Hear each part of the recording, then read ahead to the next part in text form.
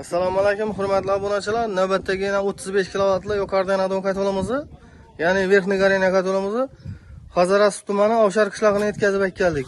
Ovshar neri bu? Ovshar Oqmidon mahallasi bu yer. Hay? Oqmidon mahallasi. Oqmidon mahallasida yana Ro'shan amiz zakaz berdi. 1 oy bo'ldi, zakaz berganiga. 1 oydan endi yetkazib keldik. Xudo xolasa uni parniga qo'yasizmi? Xudo xolasa. 200 kvadratning parniki. 200 kvadratli parniga 350 kvadratlik qo'yiladi. Bu chunki yer maydoni emas, yuqori salafon ham hisoblanadi. Qizdirib olish qiyin bo'ladi. Rasxodi ko'p bo'ladi buni. Parniga qo'yadigan bo'lsangiz, agar kichkina bo'ladigan bo'lsa, shuning uchun zapasi bilan hisoblanadi. Yuqorida bunday parniga qurib qo'yishgan. Yana parniga himoyalardan qo'yib qo'yishdan qiziqmasligi uchun xudo xolasa montaj etamanda tutdinglar. Parnikini yana badring ekanmi, pomidor ekanmi, xudo xolasa normalni ushlab berib turadi.